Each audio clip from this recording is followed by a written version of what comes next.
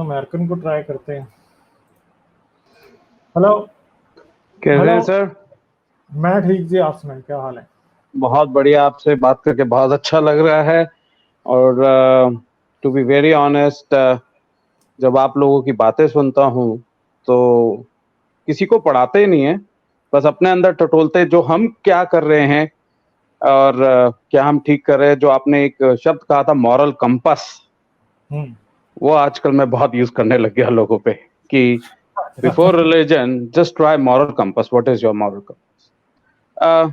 I am a Hindu, वैसे तो जैन हूँ, बट जैसे कहते हैं ना, इंडिया में आप कुछ भी कर लीजिए, कोई आप पे फोर्स नहीं है, कुछ भी नहीं है, तो जिसमें मजा आ रहा है।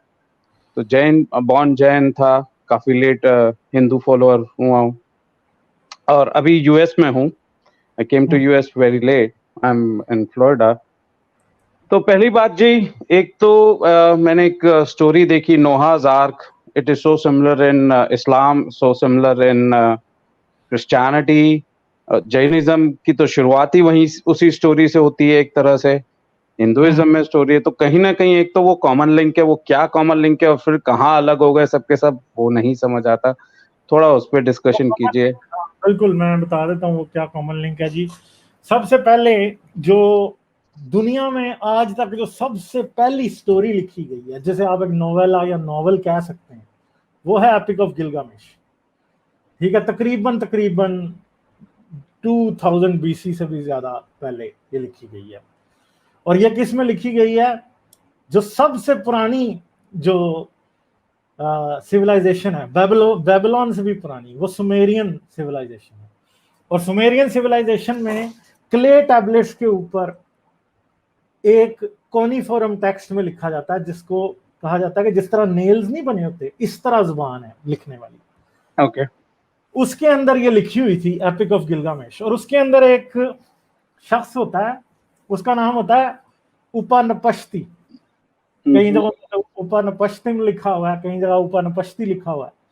तो एपिक ऑफ गिलगामेश की जो टैबलेट्स दरियाफ्त हुई थी, उसके अंदर जब वो गिलगामेश की कहानी बताता है पूरी, तो गिलगामेश जो है वो भी जो है ना एक ऐसा किरदार है कि जिसकी बाद में उसकी स्टोरी की जो रिफ्लेक्शन है वो कहाँ नजर आती है, इवन कि आपको romance of Alexander the great में भी नजर आती है, जो कि तकरीबन इस्लाम के आने के वक्त ही सीरिया में लिखी गई।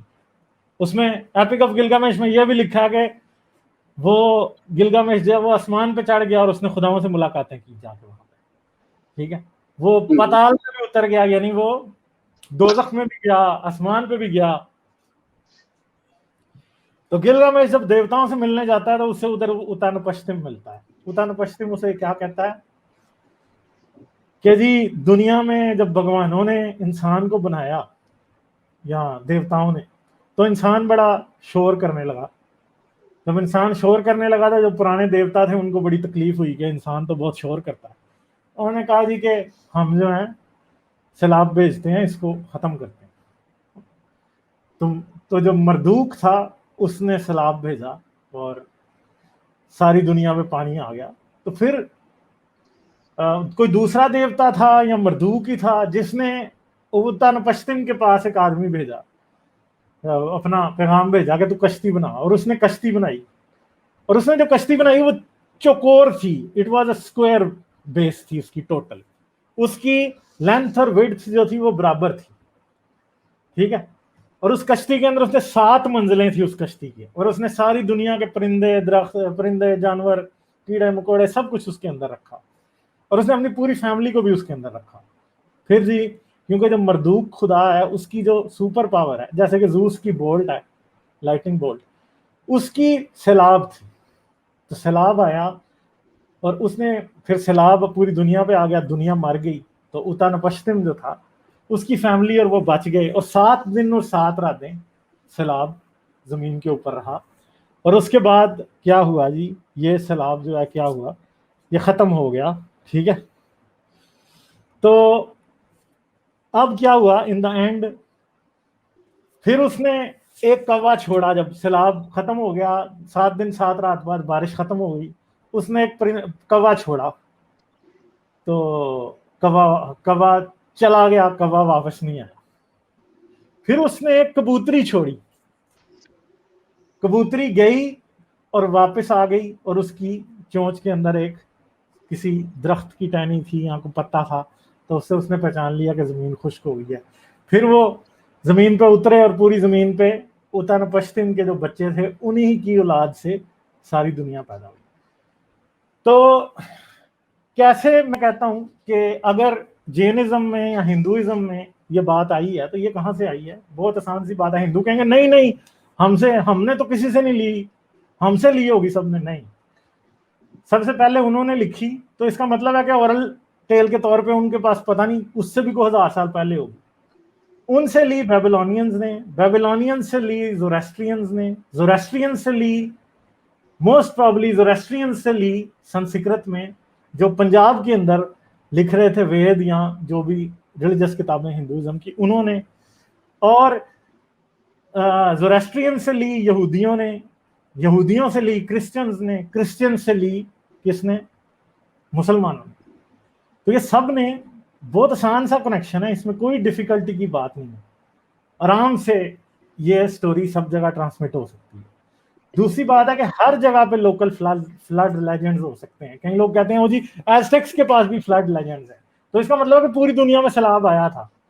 तो भाई अगर पूरी दुनिया में सैलाब आया था और कोहे अरारात जो कि मिडल ईस्ट में आज के सैनाई डेजर्ट के अंदर आप कहते हैं कि था, और वहां पे रुकी, कोई कहता है टर्की में था, कहते हैं जी कश्ती उसके ऊपर रुकी जाके उसकी चोटी पे, जो बाइबल में लिखा है। उन स्टोरीज में भी, उस स्टोरी में भी एक पहाड़ का भी नाम है, मेरे ज़हन में नहीं है उस स्टोरी में पहाड़ का क्या नाम है। पहाड़ का भी कुछ नाम भी वैसा ही बनता है कि वो एक लैंग्वेज से दूसरी में जाता है तो सेम ही होता है। तो वो जो है, तो अगर यहाँ पे ही उतरे थे, यहां से ही वो उड़े, मेसोपोटामिया में ही वो सैलाब आया था और कश्ती यहीं पे घूम रही थी और मेसोपोटामिया के एक पहाड़ के ऊपर मिडिल ईस्ट के वो उतर गई और इंसान उससे उतर गया, तो अमेरिका में कौन गया था? कोई भी नहीं। यहाँ तो ऐसा होता ना कि किश्तवार खुदा पहले अल्लाह मियाँ या भगवान या कोई भी देवता पहले कश्ती लेके जाता, मायंस को उतारता उधर, फिर जाता साउथ अमेरिका में, उधर जाके उतारता उनको, फिर जाता ऑस्ट्रेलिया अबोरिजिनल्स को उतारता, फिर चाइना में उतारता, फिर एस्किमोज को उतारता सबसे ऊपर पहले जाके, ठीक है, फिर आता आके आखिर पे कश्ती आके अटक जाती यहाँ पे कोहे अरारात पे, तो हम मान लेते कि हाँ भाई सब जगह है। तो बात यह है कि फ्लड लेजेंड सब जगहों पे होते हैं, और पुराने जमाने के जो लोग थे, फ्लड लेजेंड्स क्यों होते हैं? बहुत आसान सी बात है इसकी, कि जब इंसान ने इरिगेशन शुरू की तो वो रहता ही उसी जगह पे था जहाँ फ्लड आता था, क्योंकि उसके पास इरिगेशन का कोई तरीका नहीं था। यहाँ तो बारिश होती थी, इरिगेशन करती थी, यहाँ फिर सबसे फर्टाइल लैंड दरियाओं के किनारे वो लैंड होती थी जहां पे फ्लड आता था। और मिस्री तो वैसे भी फ्लड को बरकत समझते थे, वो गॉड की ब्लेसिंग समझते थे कि ये फ्लड आता है हमारी जमीनों को सैराब करके जाता है और हमारे फसलें उगती हैं। तो इसलिए जितने भी एग्रेरियन सोसाइटी हैं उनमें फ्लड लेजेंड होना कोई बड़ी बात नहीं है। मैं कहता हूं कि यहाँ तो आप एस्किमोज में जाके फ्लड लेजेंड निकाल के दिखाएं तो फिर मैं मानूंगा, या फिर आप जो है वो वाइकिंग्स के अंदर फ्लड लेजेंड निकाल के दिखाएं तो फिर मैं मानूंगा। उनमें नहीं है। जो भी एग्रीकल्चर करते हैं, दुनिया के जो पुराने फर्टाइल ग्राउंड्स थे वो क्या थे? सुमेरियंस का, बेबीलोनियंस का, एज़टेक्स का, उधर चले जाएं, इंडस वैली सिविलाइजेशन, ठीक है, चाइना में येलो रिवर, ठीक है, इस तरह ऑस्ट्रेलिया में भी, आई डोंट नो ऑस्ट्रेलियंस का, शायद I am not clear about that, मगर इन्हीं जगहों पे सारे फ्लड लेजेंड है। नाइल हो गया उधर, यही है और क्या है।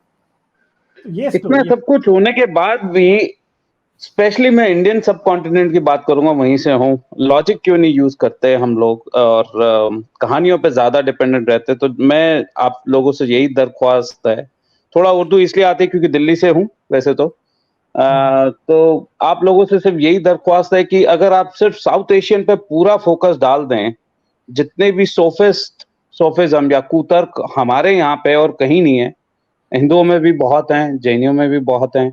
सबसे पहले कहते हैं हमारे वेदों में है, हमारे शास्त्रों में है। तो भाई तुमने तो अमेरिका खोजा नहीं, ना ही तुमने लाइट बल्ब बनाया, और अगर तुम कहते हो लाइट बल्ब बनाया भी तो अगर घर में जला रहे तो उसका कोई फायदा नहीं है। तो अगर आप लोग इन लोगों पे ज्यादा फोकस करें, क्योंकि अगर ह्यूमैनिटी को बचाना है तो इन लोगों को सुधारना सबसे ज्यादा जरूरी है, क्योंकि एक ही सोच रखने वाले सबसे ज्यादा ह्यूमंस यहीं पे हैं। अगर आप इंडिया, पाकिस्तान, बांग्लादेश इन एरिया की पॉपुलेशन मिला दें, they are the largest single minded कॉम सो कॉल्ड। नहीं, वो बात आपकी ठीक है, मगर मैं समझता हूँ कि आज आप किसी भी, ये नहीं आप समझ सकते कि हम अगर आज इंडियन और पाकिस्तानियों की बात करेंगे तो ग्लोबल जो रैशनल मूवमेंट है उससे अलग होकर कर पाएंगे, नहीं, उसके साथ ही जुड़े रहेंगे और इन लोगों को भी आहिस्ता आहिस्ता उससे जुड़ना पड़ेगा, तो एवरीथिंग विल गो फाइन, मेरा जहां तक ख्याल है। ठीक है, तो चलेंगे। ठीक है जी, थैंक यू जी, थैंक यू, ओके, शुक्रिया।